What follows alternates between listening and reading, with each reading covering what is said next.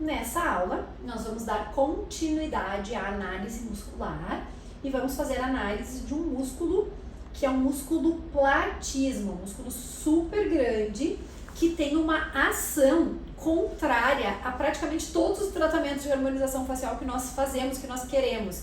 Que é, o que a gente quer, né? O paciente chega falando, eu quero um lift, doutor. Eu quero levantar o meu rosto, parece que meu rosto está caindo, está derretendo. E qual que é a ação do platisma? Puxar tudo para baixo. Ou seja, eu preciso conhecer esse músculo, preciso entender, preciso analisar o músculo de cada paciente que eu for atender para definir a inclusão de pontos de aplicação de toxina nessa região. De novo, gente, análise muscular, antes de aplicar toxina, ela parece meio óbvia, mas muitos profissionais ainda não fazem. Muitos profissionais só pedem para o paciente fazer as caretinhas, acham que isso já é uma análise muscular e saem marcando os pontos. Quando eu falo em análise muscular, estou me tornando repetitiva, né, na sequência das aulas, mas é importante que isso vocês gravem bem. A análise muscular, ela tem vários objetivos. Um deles é entender qual o padrão de força que esse músculo tem. Ele é um músculo hipocinético, hiper ou normo. O hipercinético, eu sei que ele tem uma força a mais, eu preciso fazer uma dose a mais. O normo, ele já não tem precisa de uma dose tão forte, tão considerável, porque ele é menos forte do que o hiper, e assim por diante, tá? Então, isso é super importante que eu entenda. Um dos pontos, um dos pilares da análise muscular. O outro ponto em relação à análise muscular é entender como se formam as rugas com a ação daquele músculo. Como a gente já conversou, o músculo frontal, tem alguns pacientes que, dependendo do padrão desse músculo, vai se formar ruga no centro, ou na lateral, ou em tudo. Na região do platisma não é diferente. Não é exatamente igual, todos os pacientes vão ter duas bandas laterais, duas centrais. Não! Tem pacientes que tem só uma banda, tem paciente que tem só na frente, tem paciente que tem uma desse lado, uma na frente, do outro lado não tem. Tem uma mais fraca, uma mais forte. Cada paciente é totalmente diferente. Então, eu preciso avaliar qual é o padrão de força daquele músculo do meu paciente. Eu preciso avaliar como que se formam as rugas daquele meu paciente naquele músculo. E além disso, a partir disso eu vou determinar, então, os pontos de aplicação e a dose, né? A técnica que eu vou fazer de aplicação. No caso do platisma, de todos os outros músculos, além de tudo isso, eu também preciso analisar a relação com os outros músculos. Então, se eu vou tirar a força do platisma, que está puxando para baixo, no que ele vai interferir? Ele vai atrapalhar algum outro músculo? Ele vai causar algum dano para outro músculo? Como a gente já falou no caso do orbicular dos olhos, né? No orbicular dos olhos, dependendo se eu aplicar num pontinho mais baixo aqui, eu posso pegar no outro músculo e interferir no sorriso do paciente. Se eu aplicar na região da glabela, em algum ponto aqui no prócero, que eu pegue também o meu músculo frontal, eu posso derrubar essa região. Ou se eu pegar alguma região do frontal, se eu não tirar totalmente a força dos abaixadores, eu posso perder mais ainda a força do meu elevador. E aí a relação de um músculo com o outro vai ser afetada. Então, tudo isso eu preciso analisar também. A análise muscular também é avaliar esse equilíbrio, esse balanço muscular entre um músculo e outro. Quais os músculos vão interferir naquela região. E ainda, por último, não menos importante, cada região que eu for fazer análise muscular, eu preciso pensar para qualquer procedimento da ROF. Não adianta eu pensar só para toxina. Óbvio, Nath, eu tenho que avaliar antes de fazer a aplicação de toxina, porque eu vou definir a dose, os pontos de aplicação, de acordo com todas essas informações. Só que eu também preciso avaliar outros tratamentos. Digamos, dando um exemplo para o platisma aqui agora.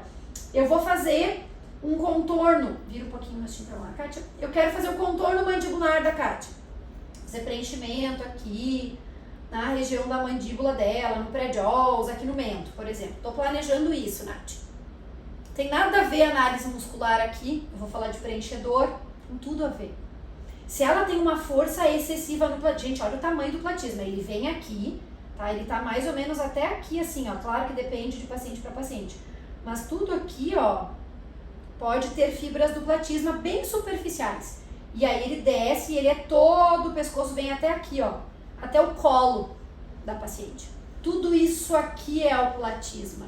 Então, se tudo isso aqui é o platisma, olha o tamanho desse músculo, olha a força que ele tem. Entende? Eu preciso considerar, se eu for fazer um preenchimento nessa região, mesmo que eu não ache que ela tenha fibras muito fortes, nem nada disso, eu preciso avaliar esse músculo e entender o quanto ele vai influenciar no meu preenchedor. Eu coloco um preenchedor aqui, agora faz aquela carinha de puxar para baixo, Kátia. Ó, olha aqui, ela tem bastante força, eu consigo pegar essa banda platismal. Ela tem bastante força aqui, ó, não é hipercinética. Não é uma paciente que mais tem força no platisma, não é. Mas olha como toda essa região aqui, ó, ela tem mais força até, nem é tanto na banda, é nessa região. Olha como o rosto da Kátia desce nessa área, bem aqui onde eu desenhei. O que é isso aqui? É a inserção do platisma na pele. Pode relaxar. Essa parte mais do rosto tem o platisma. Quando a gente trabalha com dissecação de cadáveres, né, nos treinamentos lá em cadáveres frescos, a gente consegue enxergar isso. Eu chamo como se fosse um véu. Imagina um véu super fininho, é assim que o platisma está nessa região. Aqui ele é um músculo mais grosso, mas aqui ele é bem fininho e está bem superficial. Então é super importante que, se eu for fazer um preenchimento aqui, eu pense, eu considere em tirar essa força. Senão eu vou colocar o ácido aqui, o ácido não consegue cicatrizar, o ácido não entrega um resultado tão legal e pior, não dura. Porque às vezes até fica bonito num primeiro momento, ainda mais quando coloca bastante ácido, paciente que precisa muito, coloca bastante ácido, às vezes ele consegue acomodar, se o paciente não tem uma força tão excessiva, só que não dura. Passa ali alguns meses, 4, 6 meses, o paciente fala, nossa, já diminuiu bastante. Por quê? Porque o platisma muito forte vai degradar mais rápido esse ácido. Então a análise muscular não é só para aplicar toxina, é também para avaliar o quanto isso vai interferir nos outros tratamentos que eu vou fazer no meu paciente, tá? Então, no caso do platisma, eu preciso avaliar essa região e geralmente eu vou distribuir pontinhos de aplicação aqui. Às vezes eu faço 3 pontos exatamente sobre o bordo da mandíbula, às vezes eu faço 6 pontos, dependendo da força, fazendo 3 acima do bordo e 3 abaixo do bordo. Sempre cuidar aqui, gente, com o nosso abaixador do lábio. Né? Se você vem muito pra frente aqui, você pode, por difusão, pegar o abaixador do lábio e dar aquela simetria no paciente que trava aqui, né? Essa parte do lábio sobe e o paciente não mostra mais os dentes de baixo, tá? Tem que tomar esse cuidado, mas também se eu subir demais o meu ponto de aplicação, eu posso pegar aqui o músculo risório e aí eu vou travar o sorriso da paciente, mas fazendo bem no bordo é uma excelente alternativa para trabalhar essa parte do platisma. Só que se ela tiver muita força muscular, eu vou ter que trabalhar para baixo também. Pode fazer de novo a caretinha, ó. Às vezes eu vou ter que trabalhar nas bandas, né? No caso da Kátia, vira um pouquinho de frente, faz de novo bem forte, ó. Ela tem um pouquinho mais. Eu poderia, associando com outras técnicas, pode relaxar, Kátia.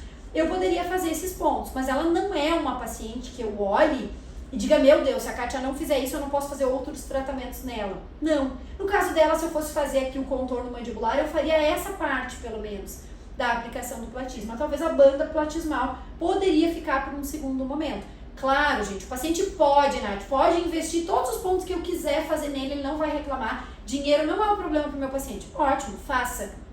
Né? Agora, a maior parte dos pacientes não é essa a questão. Né? Não vai, se ele fizer no platisma, ele vai abrir mão do preenchimento. Aí eu vou fazer o preenchimento, de repente tirando só a força nessa região. Agora, se o paciente tem uma força absurda, quando você está conversando com o paciente, já fica saltando essas bandas aqui, todas. Ele tem muita força. Aí não adianta fazer o preenchimento, nem que o paciente faça aos pouquinhos. Faz a toxina, deixa diminuir um pouco desse padrão, né, de força muscular e mais adiante você faz o preenchimento. Explica isso para o paciente. Talvez você até perca o paciente por causa disso. Talvez ele vai fazer no outro coleguinha que não fala nada sobre isso, vai lá e faz o ácido hialurônico. Só como você vai ter dado uma aula para o seu paciente explicando isso, se ele fizer no outro profissional e não durar, que é muito provável que aconteça, ele vai querer voltar depois para falar, nossa, a doutora tinha me avisado isso. E agora eu vou querer fazer o botox com ela e depois o preenchimento com ela também. Entende, gente? Então é isso. Sejam íntegros com os pacientes de vocês, mostrando o que está acontecendo. E não tem como fazer qualquer procedimento da ROF sem fazer uma análise muscular prévia. É assim que a gente faz a análise na região do platisma. E a distribuição dos pontos vai ser tanto nessa região da face como no pescoço, dependendo aí da força que o paciente tiver. Uma coisa que influencia muito também é a papada. Quando o paciente tem as bandas nessa região aqui, também traciona essa região da papada muito para baixo. Daí, se o paciente já tiver flacidez, já tiver uma gordurinha aqui, fica aquela papadinha caída, que muitas vezes o maior motivo daquela papadinha caída é a força excessiva. Aí você vai lá e trabalha com platisma. Ah, Nath, se eu aplicar no platisma vai tirar a papada? Não. Se tiver gordura e flacidez, você não vai resolver a gordura e a flacidez. Mas se ele tá puxando, ele tá cada vez piorando mais. Então você vai tirar essa força, aí você vai avaliar o que sobrou ali. Ah, flacidez que tem aqui, talvez eu precise fazer um bioestimulador de colágeno. A gordura, talvez eu tenha que usar os emptiers. Aí você vai avaliar as outras necessidades. Você não vai prometer para o paciente, vou resolver a sua papada com o Botox. Não. Você vai explicar para o paciente que você vai melhorar o que está fazendo piorar a papada dele. O que está causando uma piora na papada é a força do músculo. Então você vai tirar a força do músculo para isso, para ajudar. Mas muito provavelmente, no caso da Kátia, por exemplo, se ela tivesse força muscular aqui, a gente resolveria com a toxina.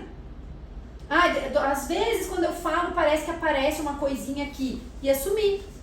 Por quê? Porque ela não tem gordura nem flacidez em excesso. Então a gente ia resolver. Agora, se já tem sobrando, talvez precise. Talvez só o fato de ter feito a aplicação de toxina no músculo, o paciente já fique satisfeito. Fale, nossa, o que sobrou ali nem me incomoda mais. Mas ele tem que saber que talvez precise trabalhar com outras técnicas associadas, certo?